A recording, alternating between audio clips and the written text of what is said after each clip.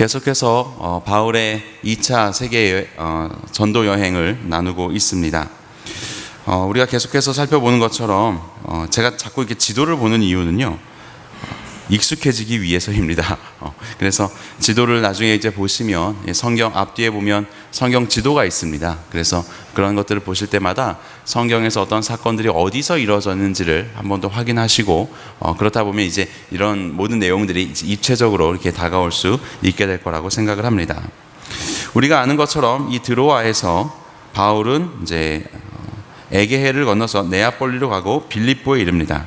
그리고 이제 암비볼리와 데살로니가로 가게 될 텐데, 지금 계속해서 우리는 빌립보에서 있었던 일들을 나누고 있습니다. 16절을 보겠습니다. 우리가 기도하는 곳에 가다가 점치는 귀신 들린 여종 하나를 만납니다. 점으로 그 주인들에게 큰 이익을 주는 자라라고 되어 있습니다. 여기서 귀신을 들렸다라고 되어 있는데, 이 귀신 들렸다라는 것의 이제 원어를 살펴보게 되면 피톤이라는 신이 들린 자라는 뜻입니다. 피톤. 그래서 이 피톤이라는 신은 무엇이냐면 그리스 신화에서 온 거예요. 그래서 이 피톤은 바로 뱀입니다. 이 뱀이 어떠한 일을 하게 되었었냐면, 델포이라는 도시가 있는데 지도를 잠시 보겠습니다. 고린도의 북부에 보면 이쯤 제가 빨간색으로 표시하겠습니다. 여기가 이제 델포이라는 곳인데, 여기에 파르나소스 산이라고 있습니다. 높이가 한 2,500 정도 되는, 우리가 보는 백두산보다 약간 낮은 그 산이 있는데, 산의 남쪽에 언덕에 신전이 있었습니다. 이 신전에서 신탁을 하는 신탁소를 관할하고 있었던 그 신이 바로 이 피톤이라는 신입니다. 그리고 그는 이제 정기적으로 또 사람들의 요청에 의해서 또 신탁을 내리기도 하는 그런 신이었다고 합니다. 그러니까 이제 하나님의 뜻, 아니 그 신의 뜻, 이들이 말하는 신의 뜻이 무엇인가, 이것을 알아내는 그런 이제 기능을 하는 신이었던 것이죠. 그런데 이 피톤이라는 그 뱀 형상을 가진 신이 들린 여종이 등장을 합니다. 정말로 그러면 이런 신이 있는 것인가, 성경이 그것을 인정하는 것인가, 이제 그런 것은 아니고 당시의 사람들이 이제 그렇게 부르고 있었던 것이죠. 그런데 이 여종이 이 뱀의 그 피톤 신이 들려서 사람들에게 큰 이익을 줍니다. 그런데 여기서 나오는 사람들은 주인들이라고 이야기를 합니다. 다수죠. 그러니까 여종 한 명에 수많은 사람들이 지금 엮어져서 그 여종을 통하여서 무언가 이익을 누리고 있는 모습을 볼 수 있습니다. 그것도 큰 이익이라고 이야기를 합니다. 그래서 아마도 오늘날도 뭐 정치를 하는 사람이건 사회 유력자이건 여러 가지 불안한 마음에 점을 친다라는 그런 이야기를 듣게 되었는데요. 이 당시에도 여러 가지 그런 상황 속에서 여러 유지들이나 또 정치적인 그런 권력을 가진 자들이 아마도 이렇게 점치는 자들을 통하여서 그들을 소유하고 뭔가 점을 이제 보게 하고, 그러면서 또 수익을 올리고 하는 그런 일들이 있었던 것 같습니다. 그래서 언제나 우리의 그 인생 속에서 우리가 누구를 의지하면서 살아가는가, 이제 이런 것들이 오늘 본문의 말씀에 이제 등장을 하게 되는데, 아주 이런 피톤신 들린, 귀신 들린 여종, 아마도 그의 여러 가지 점치는 것들이 들어맞았겠지요. 그러니까 이런 큰 수익을 올렸겠지요. 이런 수익 속에서, 이런 우리의 유혹 속에서 우리는 무엇을 선택할 것인가를 한번 생각해 보게 됩니다. 저는 여기에서 기도하는 곳에 가다가 라는 여기에 한번 주목을 해보고 싶습니다. 바울 전도단이, 누가와 함께하는 바울 전도단이 기도하는 곳에 갑니다. 참으로 재밌는 것은 사도행전에서 나오는 하나님께서 특별히 이들 가운데 말씀하셔서 하나님의 복음이, 예수 그리스도의 복음이 확장되어가는 그 역사 속에서 늘 기도가 등장하는 것을 볼 수 있습니다. 사도행전 1장 8절을 통하여서 예루살렘과 유대와 사마리아 땅끝이라고 이야기하는 그 지리적인 확장 속에서 언제나 중요한 순간에는 항상 기도하는 것이 사도행전에서는 등장을 합니다. 제가 표로 좀 간단히 정리를 해보았습니다. 첫 번째, 사도행전 1장 14절 그리고 사도행전 1장 24절은 바로 예루살렘을 얘기합니다. 그래서 예수님의 사랑하는 제자들 120명이 모여서 기도를 하죠. 그리고 이제 성령이 임하는 것을 경험하게 됩니다. 사도행전 8장에는 어떤 대상이냐면 사마리아입니다. 빌립 집사님이 전도를 했고 저들이 믿음을 가지게 되었습니다. 굉장히 놀라운 사건이었습니다. 유대인들을 넘어선 사마리아인들의 회심이었기 때문에요.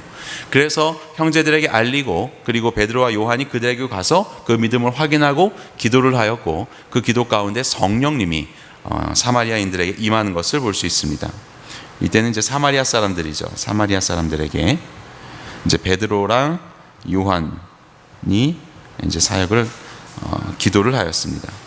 그리고 사도행전 10장 그리고 11장은 우리가 잘 아는 것처럼 베드로의 환상 그리고 고넬료 가이사랴의 백부장이었던 고넬료에게 하나님의 복음이 증거되고 성령이 임하는 것을 볼 수 있습니다. 이것은 가이사랴 지방이고 또 베드로가 환상을 보았던 것은 요빠이지요. 바로 이방인에게 가는 것입니다. 그래서 고넬료에게 하나님의 복음이 전파되는 것을 보았습니다. 그리고 사도행전 16장 16절 25절 이것은 이제 오늘 본문과 또 다음 주 본문이 될 것인데 여기는 이제 빌립보 지방입니다.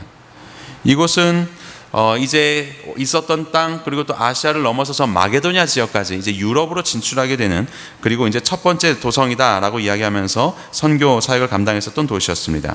그리고 이 빌립보에서 오늘의 여종을 만나게 되었고 다음 주에는 그 감옥을 지키는 이제 간수를 만나게 됩니다. 물론 지난주에 본문이었던 루디아도 기도하러 강가로 가죠. 기도 처소를 찾으러 강가로 가다가 루디아를 만나고 나서 최초의 마게도냐의 신자를 얻게 되는 사건을 볼 수 있습니다. 나머지도 제가 이제 다 써놓았긴 했는데 사도행전에서 여러 가지 하나님께서 큰 결심과 또 그 하나님이 원하시는 항로로 가게 하실 때에 이렇게 기도의 사건이 등장하는 것을 볼 수 있습니다. 이것을 통해서 우리는 무엇을 알 수 있습니까? 하나님의 복음 전파의 사역은 누가 하시는 겁니까? 하나님께서 하시는 겁니다. 하나님께서 당신의 사역을 진행하시고 이끌어 가신다는 것을 우리는 볼 수 있습니다. 그렇기 때문에 교회는 예수 그리스도의 몸으로서 예수님의 일, 하나님의 일을 하는 그런 집단이죠. 그러면 교회는 어떻게 사역을 행해야 되겠습니까? 우리의 경험과 지혜, 세상에 있는 유행 그런 것이 아니라 오늘 우리를 통하여 하나님께서 일하시도록 우리는 기도해야 하는 것이죠. 기도 가운데 또 기도로 하면서 기도로 나아가면서 그 모든 상황들 속에서 성령님을 통하여서 역사하셨던 사도행전의 하나님이 오늘도 저와 여러분들에게 함께 하셔서 기도하는 우리 공동체 가운데 하나님의 역사를 이루어 주실 줄을 믿습니다. 17절입니다. 그가 바울과 우리를 따라와 소리질러 이르되 그 피톤 신든 여종이 바울과 우리를 따라와서 소리질러 이르되 이 사람들은 지극히 높은 하나님의 종으로서 구원의 길을 너희에게 전하는 자라 이렇게 이야기를 합니다. 여기에 보면 이제 우리라는 말이 등장을 하죠. 바울과 우리 안에 다 들어가는데 굳이 바울을 이렇게 떼어가지고 우리는 바울과 함께하는 전도단이다 이걸 좀 이게 강조를 하는 것 같습니다.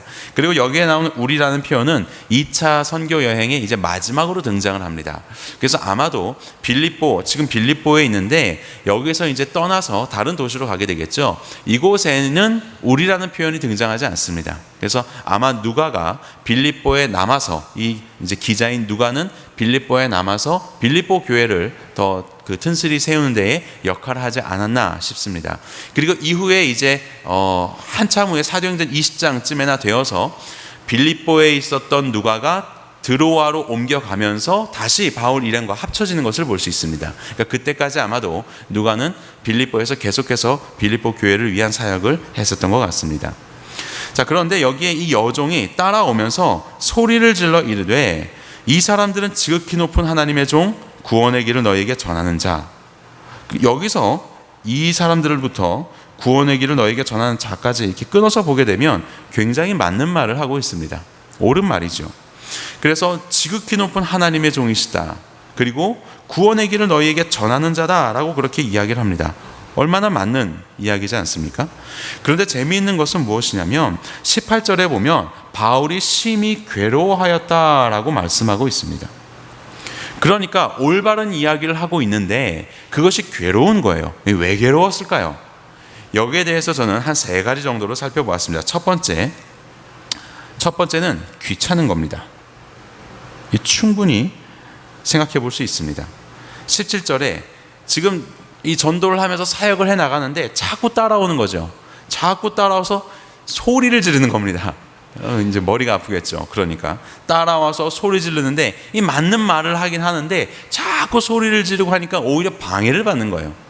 이게 지금 좀 이제 조용히 좀 해라고 이제 알겠다고. 그런데 계속해서 따라오면서 소리를 지르는 것이 아마도 조금 여러 가지로 귀찮은 그런 괴로움이 될 수도 있을 것입니다. 그리고 두 번째로 생각해 볼 만한 것은 무엇이냐면 바로 그 내용입니다. 당장에 듣기로는 이 말은 진리인 것 같습니다. 기독교의 진리, 그리고 지금의 이 상황을 잘 설명하는 것 같습니다. 그런데 바울에 듣기에 그것은 심히 괴로운 일이 되었습니다. 이것의 명확한 이유가 오늘 본문에는 기술이 되어 있지 않지만 아마도 우리가 생각해 보기에는 지금 귀신이 들린 이 여종이 옳은 말을 하고 있지만 사실은 그 옳은 말의 증언이 누구에게 의한 겁니까? 옳은 말이라는 것은 거룩한 복음, 거룩한 하나님의 선포, 하나님의 진리, 바로 그러한 거룩한 하나님의 진리가 사단에 의하여서, 귀신에 의하여서, 악한 영들에 의해서 증언이 되는 것, 이것이 심히 불쾌하였을 것이다. 왜냐하면 단순히 악한 영들이 그것을 선포하기 때문에 불쾌한 것이 아니라 사실 그들의 선포는 거짓된 것이기 때문에 그렇습니다. 여기에 보면 구원의 길이라고 되어 있습니다. 구원, 이 소테리아라는 말은 우리 기독교의 입장에서 보면 죄로부터의 구원이죠. 죄로부터의 구원. 그런데 당시에 이 소테리아라는 말은 해방이라는 뜻을 가지고 있었습니다. 그들이 가지고 있었던 가난이나 억압이나 어떤 압제나 또 다른 유력자로부터 내가 해방이 되어서 정치적이고 사회적인 그런 어떤 누림을 갖는 것, 이것을 구원이라고 이야기했습니다. 그래서 아마도 이 귀신 들린 여인이 이야기하는 구원은 이방에서 말하는 그 구원일 것이다. 좋아 보이는 것 같으나 실상 하나님이 기뻐하시고 하나님이 원하시는 그 본질을 벗어난 바로 그런 복음입니다. 왜냐하면 진정한 복음, 진정한 자유, 진정한 구원이라는 것은 죄의 종, 사단의 종 되었던 곳에서 벗어나 하나님의 자녀, 하나님의 아들과 딸이 되는 것이기 때문에 그렇습니다. 그렇기 때문에 지금 이 사단이, 이 귀신이 아무리 옳은 이야기를 하는 것처럼 보이고 그래도 사실 그 말 속에서 그는 그것을 계속해서 소리 질러서 전파하는 것처럼 보이지만 사실 그것이 아무리 진리라고 하여도 주목을 받는 것은 진리가 주목받는 것이 아니라 그것을 이야기하는 귀신 들린 자, 귀신이 주목을 받게 되는 것이고 사람들은 그 귀신 들린 자에게 관심을 기울이게 될 것이고 지금까지 해왔던 것처럼 그래서 겉으로 포장하기에는 그럴듯해 보이지만 실상 그 내면에서는 하나님, 복음, 예수 그리스도를 떠나서 거짓된 것들이 주인이 되어서 행세를 하게 되는 그런 모습으로 나타나게 될 것이다 라는 말입니다. 피톤 신이 든 여인이라고 이야기하였습니다. 그리고 그 피톤 신은 뱀이라고 말씀을 드렸습니다. 아주 큰 뱀이에요. 인터넷에 검색하시면 큰 뱀이 있고 그 아폴로 그 신이 거기다 이제 화살을 겨눠서 뱀을 죽이거든요. 이 아폴로 신이 태어나자마자 4일 만에 번쩍 일어나 가지고 활을 겨눠서 이 큰 피톤 뱀을 죽이는 그런 이제 신화 내용이 있습니다. 이 뱀 마치 에덴 동산에서 그럴듯한 속임수로 사람들에게 다가와서 결국 사람들 유혹하여 넘어지게 하고 자신의 거짓된 가르침의 종이 되게 하여서 그래서 모든 하나님이 지으신 이 인간들이 결국 사단의 종이 된 죄의 종이 되게 해버린 그 에덴 동산에서의 뱀과의 사건을 기억날 수 있게 하는 그런 모습이 지금 오늘 본문이라고 볼 수 있을 것입니다. 그래서 이의 말은 진리처럼 보이지만 사실은 그것은 자기 자신을 주목하게 하는 그런 일이 될 것이고 계속해서 그렇게 주목했다가 나중에 어떻게 될지 모르는 이제 그런 상황이 분명 벌어지게 될 것입니다. 무엇보다도 참된 구원은 귀신, 사단, 악한 영, 죄의 종으로부터의 자유함이기 때문에 그들의 이야기를 들을 필요가 전혀 없는 것이죠. 자, 그렇게 바울은 괴로워하였습니다. 그리고 세 번째 이유를 생각해 볼 수 있습니다. 세 번째는 무엇이냐면 슬픔입니다. 근데 이 슬픔은 무엇 때문에 슬픈 것이냐면 여종에 대한 슬픔입니다. 바로 하나님이 창조하신 이 여종이 귀신 들리게 되고 그리고 이제 그 빌립보 지방의 수많은 사람들이, 주인들이라고 하는 수많은 사람들이 다음 주 본문에 보게 되면 바울 일행이 이제 잡히게 되거든요. 그래서 오늘도 잡히지만 잡혀서 끌려가 가지고 신문당하는데, 바울, 누가, 또 실라, 디모데 이렇게만 봐도 벌써 4명입니다. 4명을 붙잡고 끌고 가고 신문할 정도의, 그 정도의 물리력을 행사할 수 있는 주인들이에요. 그러니까 그만큼 숫자가 많거나 아니면 빌립보에서 굉장히 큰 영향을 끼치는 그런 사람이라고 볼 수 있겠죠. 바로 이러한 사람들의 그런 욕심에 의하여서 가진 자들이지만 더 갖기 원하는 그들의 끊이지 않는 그런 탐욕의 결과로서 한 명의 이 여인이 완전히 거기에 유린을 당하고 인격적인 대우를 받지 못하고 있는 그런 상황들. 물론 당시의 노예, 종이라는 것은 하나의 도구로서 주인을 위한 소유물이었지요. 그것은 당시의 문화였습니다. 하지만 지금 이 주인들이라고 하는 이들의 앞으로 진행되어가는 바울 일행을 대하는 그들의 모습을 보면 아마도 탐욕, 그들의 이익이 더 이상 있지 않게 되는 상황에 의하여서 이 이방인, 그들에게 이방인인 이들을 함부로 대하는 것을 볼 때에 아마도 그들에게 이익을 주었던 이 귀신 들린 여종에 대해서는 얼마나 착취하였을까, 밥이나 제대로 먹일 수 있었을까, 얼마나 사람 대우를 하지 못했을까, 이런 생각이 들게 됩니다. 바로 그러한 상황들.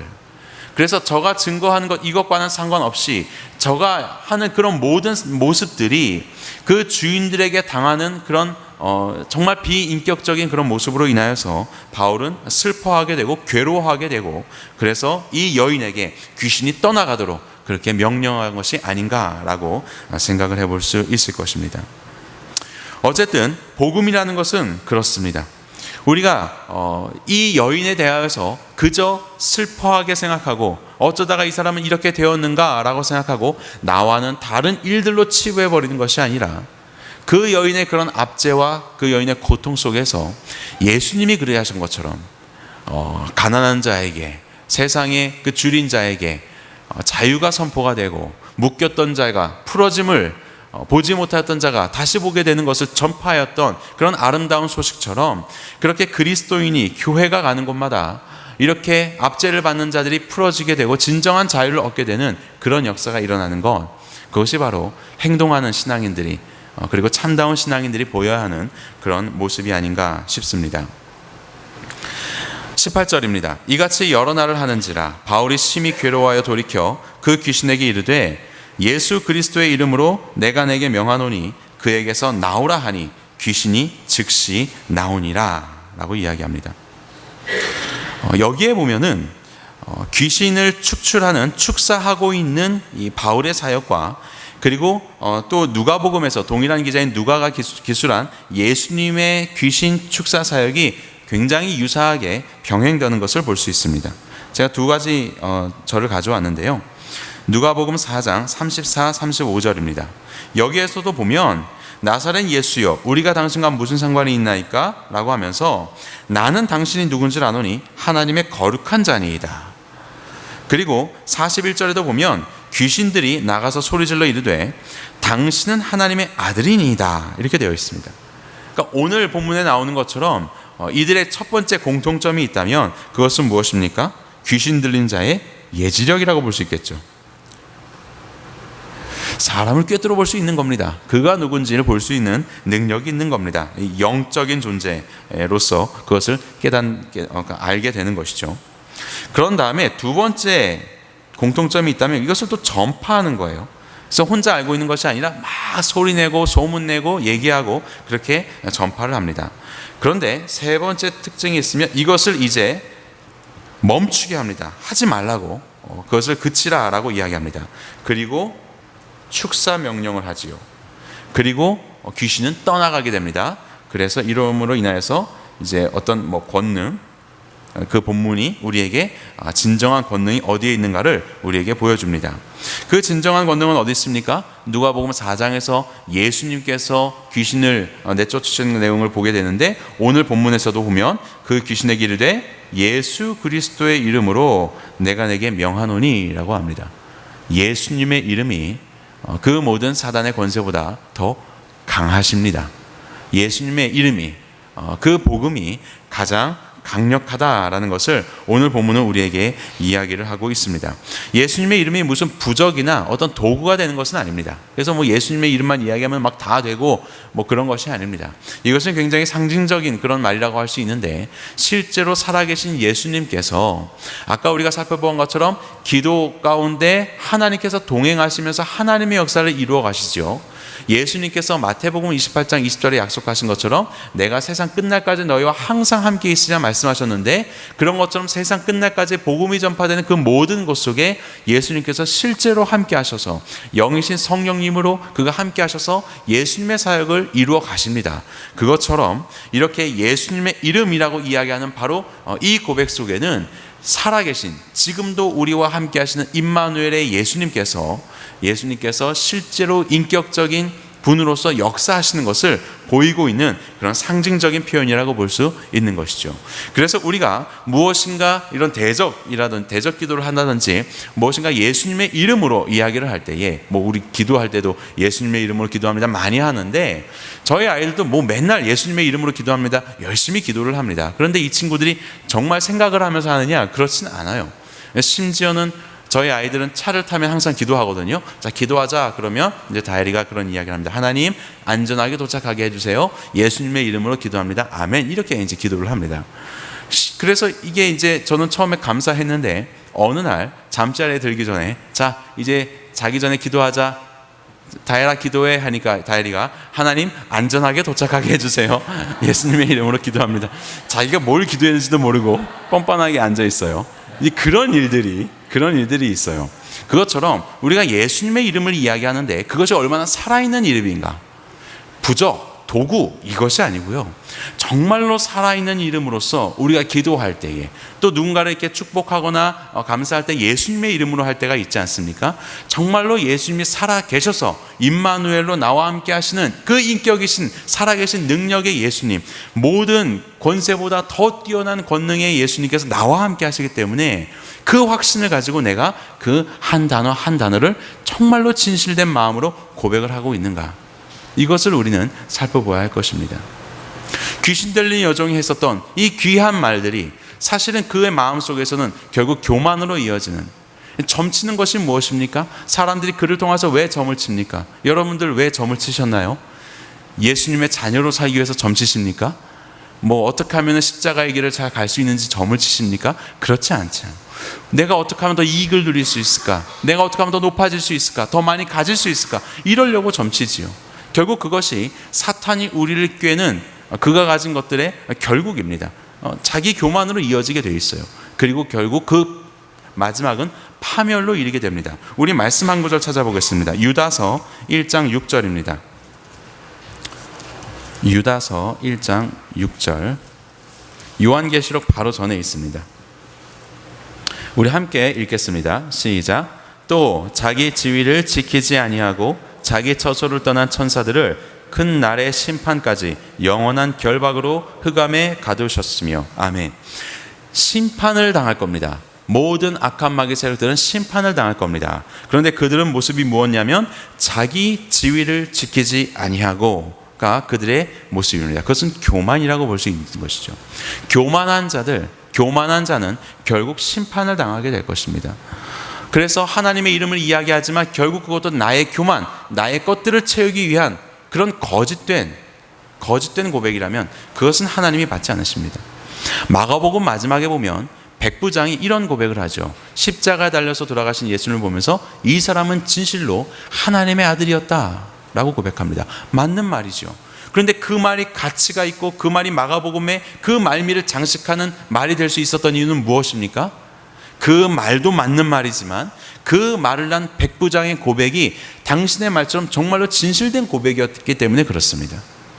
우리의 행하는 말들과 우리의 하는 모든 신앙생활에 그걸 허울 좋아 보이는 그런 모든 그런 포장된 것들, 이것이 중요한 것이 아니라 정말로 우리가 진실된 고백을 하고 있는가, 그것을 우리는 인정하고 있는가, 예수 그리스도를 우리는 정말로 인정하고 있는가, 이것을 돌아볼 필요가 있습니다. 나의 위치가 어디인가? 나는 나의 위치를 벗어나는 것은 아닌가? 내가 말하는 예수님, 내가 고백하는 이 신앙의 그런 것들을 통하여서 나의 결국은 무엇인가? 난 무엇을 원하고 있는 것인가 라는 것을 우리는 날마다 주님 앞에서 진솔한 우리의 마음의 상태를 주님 앞에 올려드리며 고백을 해야 할 것입니다. 이 소녀가 어떻게 되었을까요? 이 소녀는 어떻게 되었는지 본문에는 등장하지 않습니다. 그런데 아마도 빌립보 교회의 일원이 되어서 그 초대 빌립보 교회의 구성원으로서 사역을 했던 것 같습니다. 왜 이렇게 생각하냐면 빌립보에서의 사역에서의 큰 세 부류의 사람들이 회심을 하게 되는데, 첫 번째가 루디아와 그의 온 집안 사람들입니다. 그리고 두 번째가 오늘의 귀신 들린 여종이고, 세 번째가 다음 주에 살펴볼 감옥 간수장과 그의 온 집안 사람들입니다. 그래서 루디아와 집안 사람들도 다 회심하고 간수장 여기도 다 회심을 합니다. 그래서 아마도 이 가운데에 있는 이 여종도 귀신이 떠나가면서 주님을 영접하게 되고, 이들이 그리했던 것처럼 교인이 되어서 빌립보 교회 한 일원으로 그렇게 살지 않았을까. 그 전에는 귀신이 들려서 거짓된 사람의 탐욕을 부리기 위한, 탐욕을 살찌우기 위한 거짓된 그런 증언을 했었다면, 이제 귀신이 떠나간 그 여종은 진실된 고백을 하는 그런 성도로서 그렇게 남은 삶을 살지 않았을까라고 생각해 볼 수 있습니다. 마지막 19절입니다. 여종의 주인들은 자기 수익의 소망이 끊어진 것을 보고 바울과 실라를 붙잡아 장터로 관리들에게 끌어갔다가 라고 말씀하고 있습니다. 여기에 보면 소망이 끊어졌습니다. 이 끊어지다 라는 말하고 요 전에서 살펴보았던 바울이 이야기한 그에게서 나오라, 그리고 귀신이 나오니라, 이 말이 동일한 단어를 사용합니다. 그래서 귀신이 나가다, 나오다 라는 것과 그리고 이들이 가진 소망이 끊어진 것을 똑같은 단어를 사용하면서 누가는 무엇인가 우리에게 전달하고자 하는 이제 의미가 있는 것이죠. 귀신이 주는 소망, 귀신의 것을 사용하여서 좋아 보이는 것처럼 보였지만 사실 나의 교만과 세상의 것들을, 세상의 탐욕을 추구하려고 했었던 그런 수익들, 그러니까 사단의 수익이라고 할 수 있겠죠. 그렇게 헛되이 없어져 버릴 그런 수익을 진정한 수익이라고 계속해서 채우고 살았었던 이런 삶들 속에 귀신이, 사단이 나가버리자, 사단이 사라지자 그러한 거짓된 수익이 사라지게 되는 그런 역사가 일어납니다. 그러자 이들은 그것을 분히 여겨서 바울과 실라를 붙잡아서 관리들에게 끌고 가는 것을 볼 수 있습니다. 이것이 인간의 모습이죠. 하나님을 보아도 하나님을 멀리하고 여전히 내 안에 있는 욕심을, 내 안에 있는 더러운 탐욕을 취하고자 하는 것, 그것이 바로 사람의 모습입니다. 이들은 이 속에서 귀신들을 진정으로 부리시는, 자기들이 귀신들을 부릴 줄 안다고 생각했겠지만 진정으로 귀신들을 부리시고 진정으로 귀신에게 명령하시며 그 위에 권능을 가지신 예수님 앞에 이들은 엎드렸어야 되는 것인데, 이들은 그렇게 하지 않습니다. 오히려 자신의 헛된 수익을 위하여서, 그것이 끊겨지지 않게 되기 위하여서 이들은 이들을, 바울 일행을 잡는 것을 볼 수 있습니다.